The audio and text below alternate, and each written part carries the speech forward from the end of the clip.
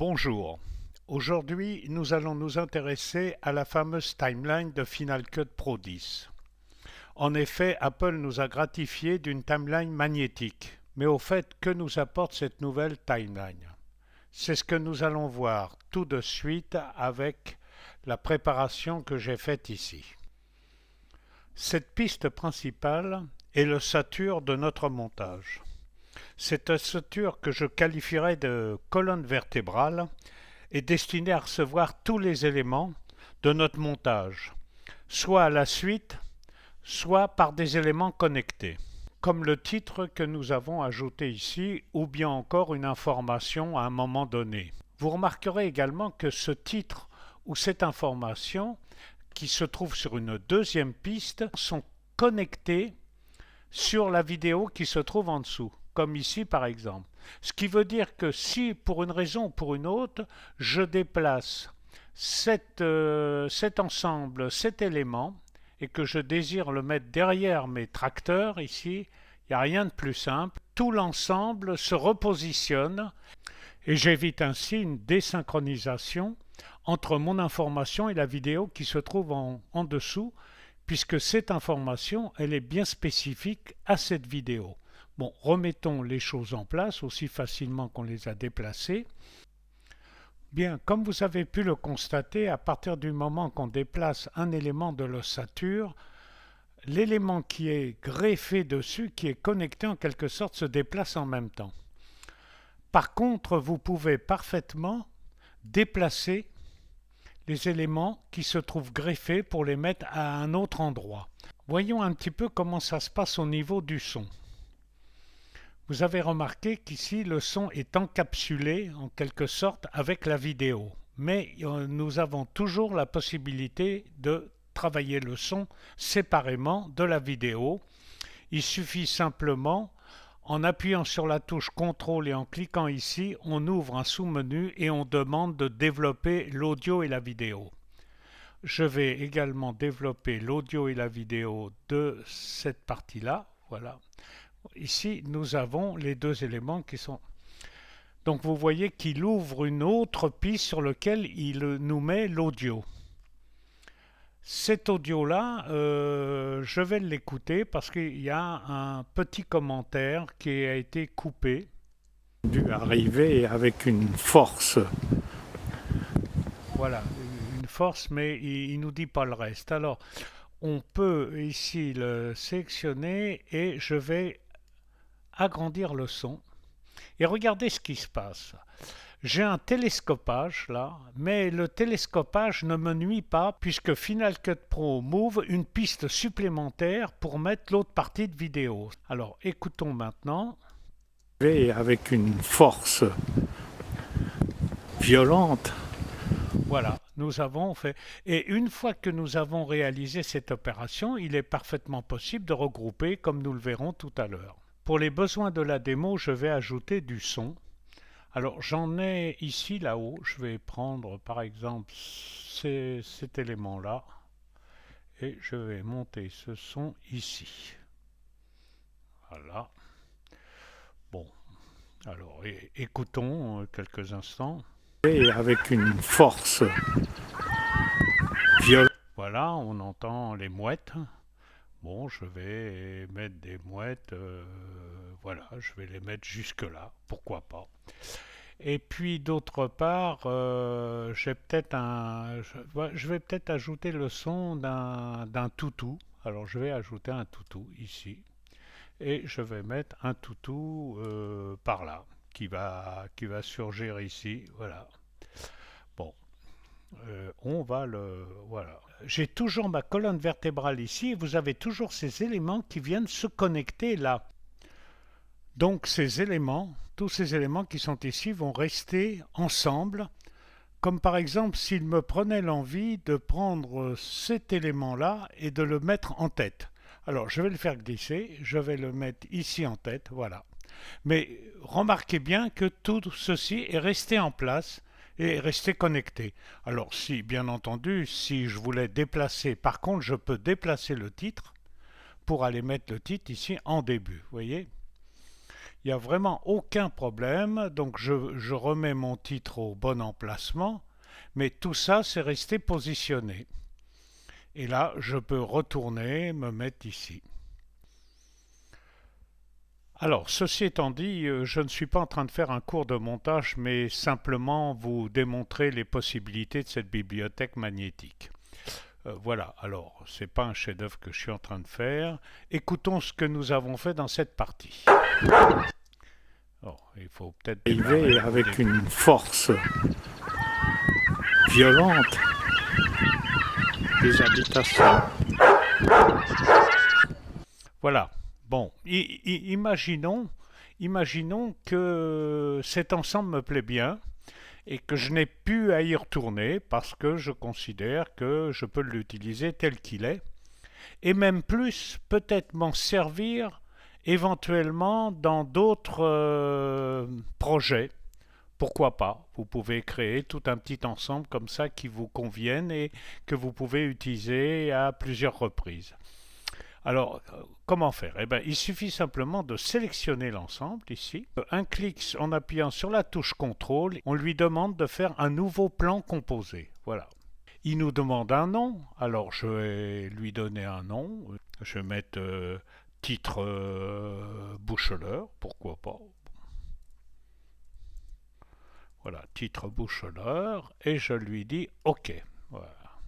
Et regardez ce qu'il a fait. Il m'a tout groupé.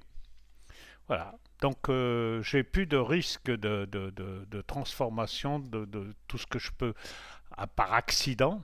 Mais il a fait encore mieux, il m'a créé un événement que on reconnaît d'ailleurs ici à ce petit symbole qui est ici en haut à gauche.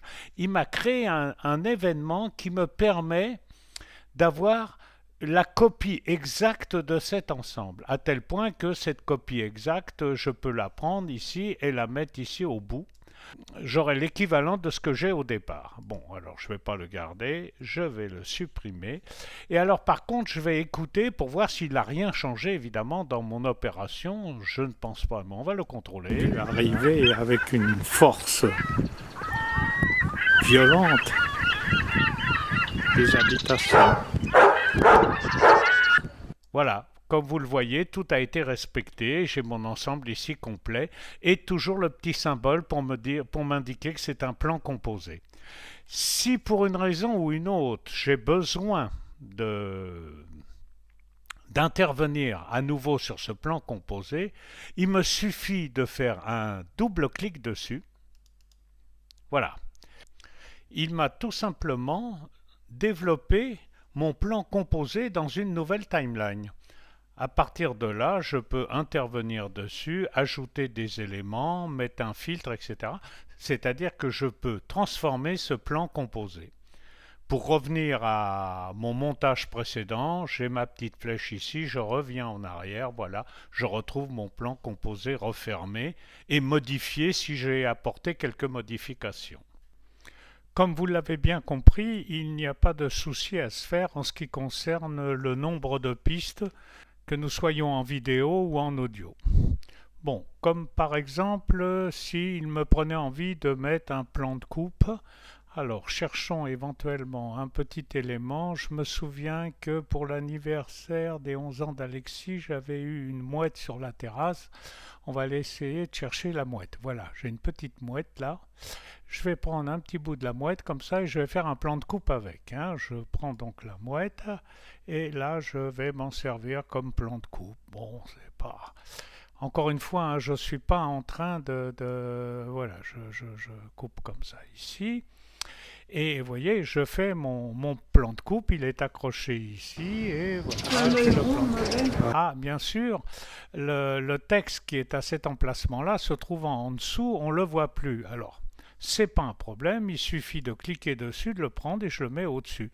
Et vous voyez que sa connexion est toujours ici, c'est-à-dire sur l'ossature, sur mon ossature principale. Voilà, je voulais vous faire observer ce petit point particulier. Bon, maintenant, je vais laisser ma mouette, après tout, elle est bien là.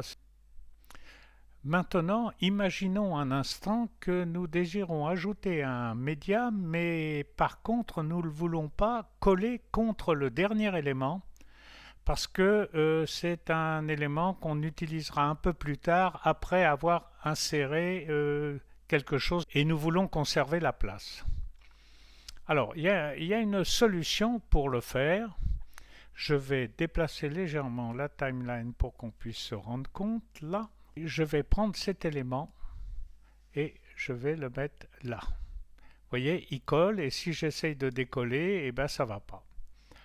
Alors, la solution passe par cet outil ici et vous avez ici l'outil qui s'appelle position. Alors cet outil de position vous permet de mettre un élément à l'endroit que vous voulez sur votre ossature sans qu'il soit magnétisé. Vous voyez, par exemple, je fais ça. Voilà. Alors là, il ne m'a pas créé un vide, il m'a créé une sorte de générateur. Je reprends mon outil ici et là, ce générateur, je peux jouer avec. Vous voyez, je sais qu'il fait là 1 seconde et les images, on va, etc. Par contre, ce générateur va me permettre de conserver le positionnement de mes éléments sans me créer de problèmes particuliers. Comme par exemple, si je veux insérer un petit bout de film, ici, hein, prenons cet exemple, ici, prenons ça, et venons insérer là, ici au milieu, voyez. Par contre, vous avez remarqué que l'écartement ici a été conservé grâce à mon générateur là. C'est-à-dire que nous gardons l'intégralité de tout ce qui se monte derrière le générateur, lui faisant simplement la régulation de l'ensemble. Bon, je vais supprimer ce morceau, voilà, et toujours le générateur qui est ici en place. Nous pouvons également utiliser ce générateur là. Ici, je vais par exemple lui donner une partie de 2 secondes. Voilà, j'ai un générateur de 2 secondes et je vais ici prendre une partie qui est là. Voilà. Et je vais la prendre et demander à l'incorporer dans le générateur. Alors là, je garde le doigt appuyé sur le bouton et il y a un petit plus ici qui vient se mettre. Je relâche et là, il me pose des questions. Il me demande si je veux remplacer ce générateur complètement par tout ce que je viens de mettre en place ou simplement garder les 2 secondes du générateur, mais ce que je vais mettre sera utilisé à partir du début pendant 2 secondes ou simplement remplacé depuis la fin. Alors si je lui dis de remplacer en totalité, c'est-à-dire que là si je lui dis en totalité, vous voyez là, hop, il pousse le tout. Bon, sélectionnons cet élément que nous venons d'ajouter et pomme Z pour le supprimer. Et nous allons essayer l'option différente, celle, voilà, nous relâchons et ici remplacer depuis le début. Alors rappelez-vous, ceci fait 2 secondes, donc nous allons remplacer cet élément. Voilà, il a pris le début du clip pendant 2 secondes et il a gardé la durée complète de 2 secondes qui était au départ. Alors évidemment, pour l'autre option qui est à partir de la fin, c'est exactement pareil, sauf qu'il part de la fin pour prendre les 2 dernières secondes du clip. Voilà, nous allons en rester là pour aujourd'hui. Nous venons de survoler rapidement quelques possibilités de la timeline magnétique, mais il y en a beaucoup d'autres. J'aurai l'occasion de vous les développer à l'occasion de mes cours du club vidéo. En attendant, je vous dis au revoir.